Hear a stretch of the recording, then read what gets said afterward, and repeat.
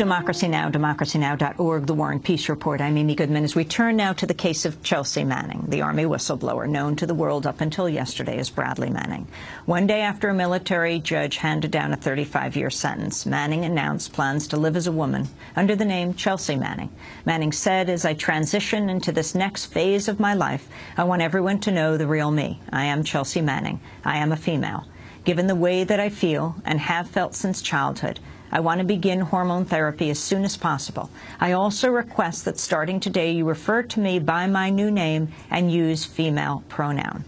The announcement has raised many issues about how Manning will be treated in military prison, whether she will have access to hormone therapy, and broader issues about transgender rights. A spokeswoman at Fort Leavenworth said treatment for transgender prisoners does not extend beyond psychiatric care. Kimberly Lewis said, quote, "The Army does not provide hormone therapy or sex reassignment surgery for gender identity disorder." To talk more about Chelsea Manning's decision and its significance, we're joined by two guests. In Orlando, we're joined by Lauren McNamara, a transgender activist in Florida and online confidant of Private Manning. In 2009, McNamara and Manning spent about 15 hours chatting with each other online over the course of 6 months after Manning came across McNamara's YouTube channel. McNamara's later testified at Manning's trial. She recently wrote a blog post called The Humanity of Private Manning. And we're joined by Chase Strangio, a staff attorney with the American Civil Liberties Union's Lesbian, Gay, Bisexual, and Transgender Project. Lauren and Chase, we welcome you both to Democracy Now! Let's begin with Lauren. So you have known Chelsea when she was Bradley. Talk about how you first got in touch, Lauren, and the relationship that you had online.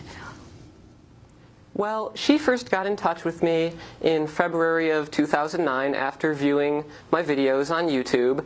She contacted me first, and we spoke over AOL Instant Messenger for a period of several months. She was mostly interested in my videos about politics, religion, LGBT issues, and she felt we shared a similar mindset on these issues. And so we spoke at length about that. She opened up to me about her history, her dealings with her family, her troubles in school, and her decision to join the military and her role as an intelligence analyst. And we spoke at length about that job and how she enjoyed it and how it was working out for her. Lauren McNamara, I wanted to turn to excerpts from instant messenger chats between you and Manning from 2009. At the time, you used the internet handle ZJ, while Manning went by Bradass87. Manning writes, "I'm politically active, even more so after enlisting. Living under Don't Ask, Don't Tell will certainly do that." You reply, "Yeah, I can't say I'd ever enlist for that reason in particular elsewhere." Manning writes, "Being around my platoon for 24 hours a day, it took them a while, but they started figuring me out, making fun of me, mocking me, harassing me, heating up with 1 or 2 physical attacks, which I fended off just fine, but it was scary, damn. I just read that. What the hell did I put myself through?" You reply, "Yeah, I doubt I'd ever join the military." In another part, Manning writes, "Don't mean to sound overdramatic, but I'm quite lonely." You respond by typing aw, and Manning quickly replies by saying, "I'm okay." So you knew Chelsea when Chelsea was Bradley and was involved with a man in a gay relationship. Is that right, Lauren? Yes, I did. And what did he, at that time, what did Chelsea talk to you about when it came to what she was doing at that point? Did you have any idea what was happening, the release of the documents, for example? And what did you testify at the trial, the court-martial of Bradley Manning? At the time when we spoke, there was no indication that she was planning any sort of leaks of classified material, and that happened after our chats, several months after that. At the time when she spoke about her role as an intelligence analyst, this was something that she was proud of, and it was a job that she enjoyed and took pride in. She often spoke about how she wanted to do her best and compile the best information to provide it to soldiers working in the field and hopefully reduce conflict around the world. As she said at one point in our conversations, she wanted to make sure that everyone got home safely to their families, both the soldiers and the local nationals in the countries where the military is operating. Can you talk about your own story, Lauren, how you made the transition?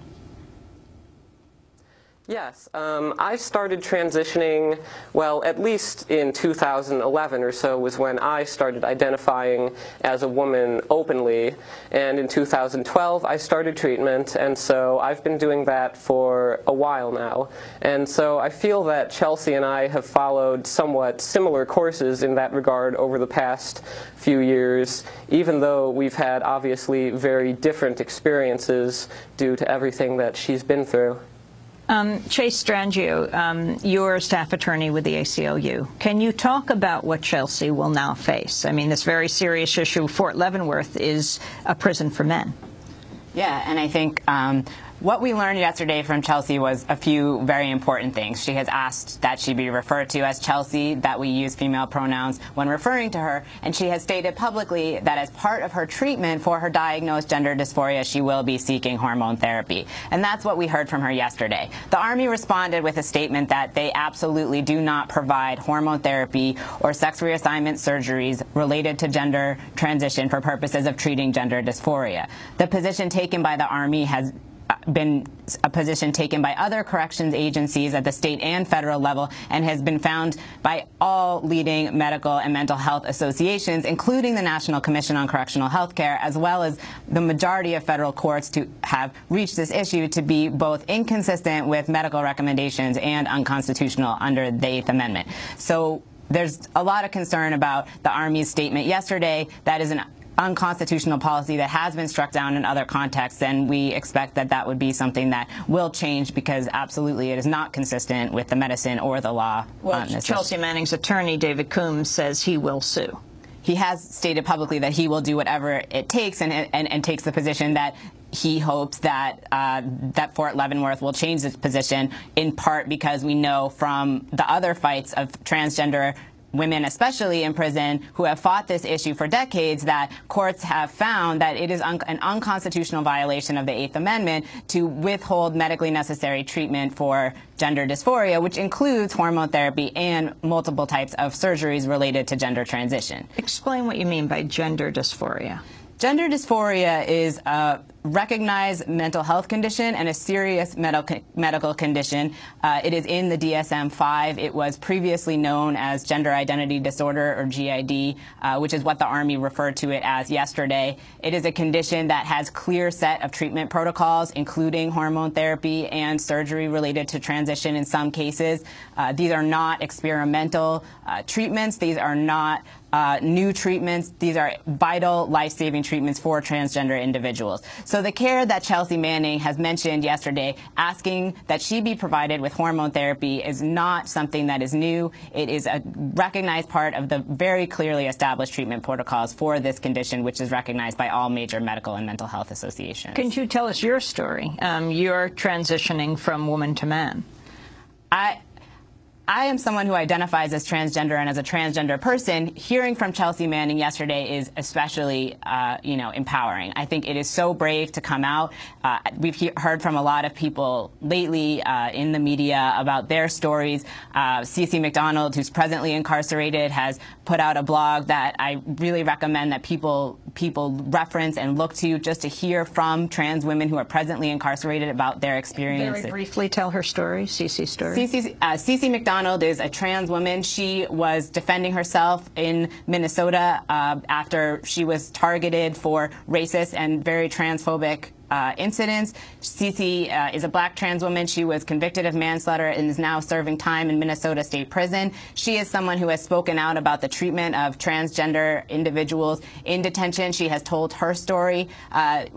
In addition to CeCe's story, we've heard a lot from Janet Mock. Janet Mock is another leader in the transgender community, a trans woman of color, who yesterday issued an incredible statement about the struggles of transgender individuals to access health care, both in and out of detention, and how vitally life-saving this health care is for trans people. Lauren McNamara, you create YouTube videos under the name Zinnia Jones, secular trans feminist. Private Manning had been a fan of your videos and reached out to you online hoping you would be someone in whom he could confide. I want to go to a clip of the video you made around the time you were corresponding with Manning. This clip is from February 25th, 2009. It's entitled, I Told My Family I'm Gay. It's so strange that I have no problem telling the entire internet that I'm gay, but I couldn't even tell my own family. To me, that is just ridiculous, so I decided to fix this whole situation. I had to. My conscience pretty much required it. I mean, I'm gonna be 20 years old this year, and I can't keep this a secret forever. I shouldn't have to. If I can be honest with myself and with you, then I should be honest with my family, too. That's Lauren McDonald in 2009. Lauren, what would you say, Lauren McNamara, sorry, what would you say to Chelsea today? I would say that I just hope she receives any treatment she needs. I hope she's released as soon as possible. I know that she's a very strong person and she will do whatever it takes to survive while serving out her term. I want her to know that out here we support her and we will do everything we can to fight for her. And your assessment of what will happen to Chelsea right now, the fact that she's going to Fort Leavenworth, which is a male prison. There are no women there as prisoners, Lauren. Well, this puts her at an incredible risk of assault, rape, all sorts of violence that are often already present in all-male prisons. And to think that you would put a woman into the midst of all that just for purely anatomical reasons is absolutely absurd and dangerous and completely irresponsible and contrary to any sensible ethic. What about this? What about this, Chase, the issue of where she should be incarcerated? Well, I think, like with the medical care issue, unfortunately, what we've seen in all our correctional systems is that placements of transgender individuals are not based on the safety and an individual assessment of where the individual trans person would be most safely housed. We see policies across the board that house people based on their assigned sex at birth, and this is one of the many reasons that transgender individuals face significant amount of violence while incarcerated. As with Chelsea's healthcare, which is the thing that she specifically referenced yesterday, this is something that prisons have an obligation to make an individualized assessment about. We've seen with recent regulations and standards from the Department of Justice with the Prison Rape Elimination Act that there are serious concerns about the vulnerability of transgender individuals and that individualized placements based on the safety and medical needs of those individuals is how these policies and practices should be done. Where is the discussion on trans issues? How has it changed in the last 24 hours, given the amount of tension Chelsea Manning is getting? I think that, again, going back to how brave it is for someone who has been in the public eye for so long. I remember early in the case she said how hard it was going to be for her to see so many pictures of herself with masculine gender expression. And yesterday she was so brave. She came out. She said, I am a woman. I think what this does for the trans community is gives us another person to stand behind and mobilize with, and that we have an opportunity to really look at the issues facing the trans community, look at trans people who are incarcerated, some of the most vulnerable members of the LGBT community at large. And I think, and what I hope is that we take this opportunity to stand not only behind Chelsea Manning, but also the many other transgender men and women who are in our prisons, and that we have an opportunity to do that today. I'd like to end with each of you giving your advice to the media about how to cover this issue.